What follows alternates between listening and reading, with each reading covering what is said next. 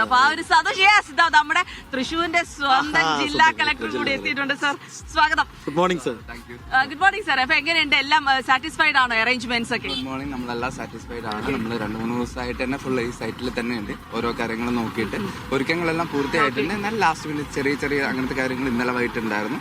അപ്പൊ അതൊക്കെ പരിഹരിച്ചിട്ട് നമ്മൾ മുന്നോട്ട് പോകുന്നത്. അത് നമ്മൾ സാറ്റിസ്ഫൈഡ് ആണ്.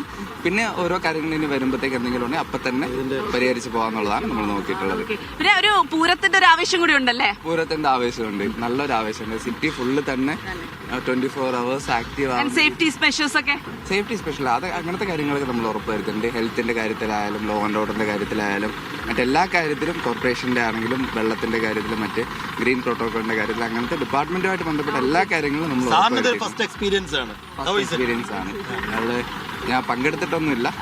തലത്തിലായാലും കലോത്സവത്തിലായാലും കലോത്സവത്തിന്റെ സംഘാടനം തന്നെ ഒരു ഗംഭീര എക്സ്പീരിയൻസ് ആണ് അല്ലേ? അതെ സംഘാടനത്തിൽ എവിടെയോ കളക്ടർ വലിഞ്ഞു കയറുന്നൊക്കെ അതിനിടയിൽ വൈറലായി.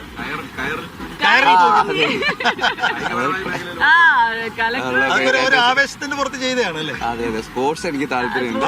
കലയായിട്ട് അധികം ബന്ധമില്ലെങ്കിലും നമ്മൾ അങ്ങനെ ഡിഫറൻഷിയേറ്റ് ചെയ്യാറില്ല. എല്ലാ കളക്ടർ പൊളിച്ചേനെ അല്ല അങ്ങനെയൊന്നല്ല, എല്ലാം ഒരേപോലൊക്കെ തന്നെയാണ്.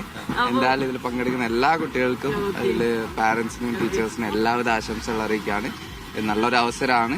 ഇത് നല്ല മെമ്മറീസുമായിട്ട് എല്ലാവരും തിരിച്ചു പോകാന്നുള്ളതാണ് എനിക്ക് പറയാനുള്ളത്. എല്ലാവരും ഒന്നും കൂടെ തൃശ്ശൂരിലേക്ക് സ്വാഗതം ചെയ്യുന്നു, സാംസ്കാരിക തലസ്ഥാനത്തേക്ക്.